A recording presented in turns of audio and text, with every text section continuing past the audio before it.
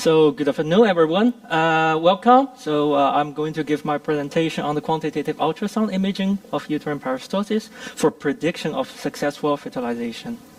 The story starts with infertility problem. So already back in 2010, there were 20 million women who were unable to give a first live birth within 5 years worldwide.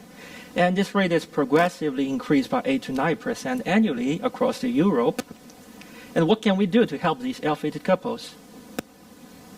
In vitro fertilization, IVF, represents one of the most advanced human reproductive technologies we have. Mainly consists of 4 steps. Medication will be given to the woman to increase their hormone level so that the doctor can pick up the eggs from the ovaries, fertilize them with the sperm sample outside of the body. Typically after 3 or 5 days after the fertilization, the embryo will be transferred back to the uterus. And then we just need to finger crossed, after 11 weeks, we can announce that this lady is pregnant. During the entire procedure, normally we do 2 ultrasound scans. One during the follicular stimulation to check whether the uterus reacts to the hormones, and also another one 1 hour before the embryo transfer just to check whether the uterus is in a good quality, a good condition. But though IVF represents the most advanced techniques, it still has 2 drawbacks. High cost. Well, you can see it's quite expensive, and the success rate is low. It's below or around only 30%. This means in order to have a baby, these couples have to undergo several times of IVF treatment, which does not only have a large financial burden, but also mental stress. Studies has been done to investigate the reason behind such low success rate. For normal, healthy volunteer, woman, during their ovulation phase, the uterus has to generate a opposing peristalsis to favor the embryo implantation. Can you please play the animation? That one? No? Okay, so we need to use some imagination again. So imagine the embryo has to, no, you can. The embryo has to come out of the ovaries, so going from fundus to cervix, but in the meantime, there has to have a cervix to fundus way so that you can hold the embryo inside of the endometrial cavity. But most of the IVF patients, they suffer from the dysfunction of the uterine mechanism. What does that mean? Because in the worst scenario, if during the embryo transfer, there is a downstream peristalsis, which is pushing the embryo out, of course, this lady will have a very low chance to get pregnant afterwards. This means it is very important to have a measurement method to measure the uterine condition, especially the direction of the peristalsis, before applying the embryo transfer.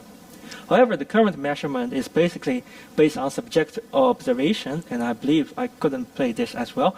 But this is the endometrium in the middle, and then the peristalsis looks like this. The frequency of the peristalsis is typically around 1/2 to 3 contractions per minute. So you can imagine it's very slow. And it only moves like 2 millimeters per second. It's a very gentle, mild motion. So for clinicians, it is difficult to interpret, okay, how many contractions I see, okay, how strong the contraction is, and the results might vary a lot from different sonographers or clinicians. That's why here we try to propose a quantitative quantification method by quantifying the uterine mechanical motion, extract meaningful and clinical relevant features, and use all these features to predict the success rate of embryo transfer before applying it. So we totally include 83 IVF patients from 3 different sources. As you can see, the pregnancy success rate is around 33%, also in our data set. All of these ladies underwent 4 minutes transvaginal ultrasound recordings 1 hour before the embryo transfer, so we do not need to create any additional ultrasound scan, but we can use the standard one. We have GE and also seminal scanners for applying the accreditation. Once we acquire the data, the first step we do is we try to place manually a tracking grid, as shown as these red dots. We are interested in the junctional zone area close to the fundus because it is by literature the most active area and where the sonographers mostly visualize the uterine contractions. We apply the uterine motion tracking by speckle tracking techniques, and basically we are able to track the displacement of these red dots over the entire recordings. We are then assess the radial strain, which is perpendicular towards the endometrium middle lining, and also longitudinal strain, which is along the endometrium contour between each of these red dots. Once we have the strain results, which basically describe the deformation of the uterine muscle, we extract the features, including the contraction frequency, amplitude, and power. So basically with this we can know this lady has like 2 contractions per minute and like 5% of strain, like that. Moreover, if we realign the strain results in space and we look at this time space plot, here we color-coded relaxation as positive strain as yellow and contraction in blue. So we can clearly see there is propagation from the cervix towards fundus from the top image. And this is basically the upstream peristalsis. And the bottom image shows a downstream peristalsis example.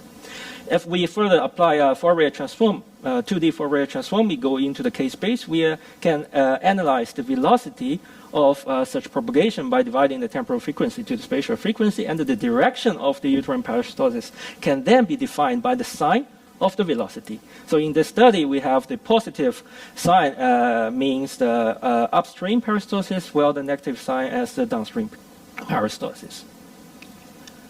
Moreover, we also try to introduce a concept called coordination of the uterine peristalsis. Well, imagine the uterus has to generate a kind of opposing wave, and this requires both the anterior and also the posterior side of the uterine wall move together, right? Move in the same direction. Because what if this happens? So the anterior side is going up, the posterior is moving down, the uterus is actually twisting, and this kind of motion has no help to contain the embryo inside of the endometrium cavity. Also, the coordination can be measured with 2 different metrics. One is correlation and another is mean square error. Here in our data set, we see there is a significant difference between the success pregnant group and the failed group. And the good high correlation, which means good coordination, was mainly found in the success group. By combining all these informative and also clinical relevant features, we decide to, we can build a model to predict the success rate of embryo transfer.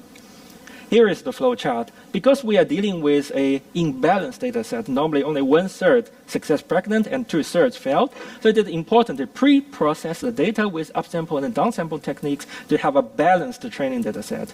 We define 3 different classifiers, including support factor machine, logistic regression, and also adaptive boosting.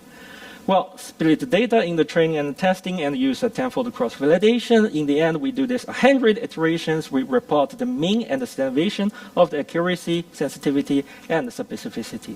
Here you see the results we get from 100 iterations. From the adaptive boosting classifier, we report an overall accuracy of 77%, sensitivity 75%, and specificity 80%.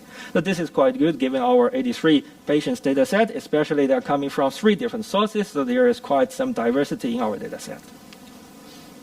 Well, now I would like to introduce the application scenario of this method. So the lady has to underwent a 4-minute transvaginal ultrasound acquisition 1 hour before the embryo transfer. Then we will spend another around 2 minutes to applying the quantitative quantification and also prediction. Here I would like to point out that applying the spectral tracking feature extraction, including the prediction, doesn't take too long. Most of the time will be spent on manually placing the tracking grid because it requires a highly trained, we need to train the doctors and then he or she needs to place it themselves. But this can be further improved by auto-segmentation techniques, which will be introduced by Black in the subsequent presentations. And our model will then give a probability. So for instance, this lady have 80% of getting pregnant, or unfortunately only 10%. Combining other clinical relevant factors, including her age, whether she had give birth before, her hormone conditions, the doctor can make a better decision, including either we want to wait for a better time, so we need to consider to freeze the embryo. Oh yeah, she is in an okay-ish situation. We just need to give her a bit more medication to modulate the uterine activity so that we enhance the success rate. Oh yes, she is in a perfect condition. We can directly do it after 1 hour to apply the embryo transfer. So This means our the method has a lot of potential also in point-of-care ultrasound techniques, but we do not only want to restrict its potential within the context of IVF. So we also tried our method in other fields. For instance, we used the quantification method to check the uterine contractility before and after repairing the post-cesarean niche, and we do see that after repair the niche, there is a large improvement in the uterine contractility. Also, it can be used as a diagnostic tool to diagnose, for instance, disease as adenomyosis, and because we already find there are significant difference in the uterine contractility pattern from the normal ladies and the patients. Well, there are also ongoing studies which are looking at other aspects. So in conclusion, we propose a quantitative quantification method which are able to extract meaningful and useful uterine mechanical features, and we build a model which can predict the success rate of IVF in advance. And we hope by combining these two techniques, we are able to help the doctor to make better decisions and boost the success rate of IVF. Of course, eventually, we hope that we can help these ill-fated couples to have their baby sooner. Thanks. Thank you.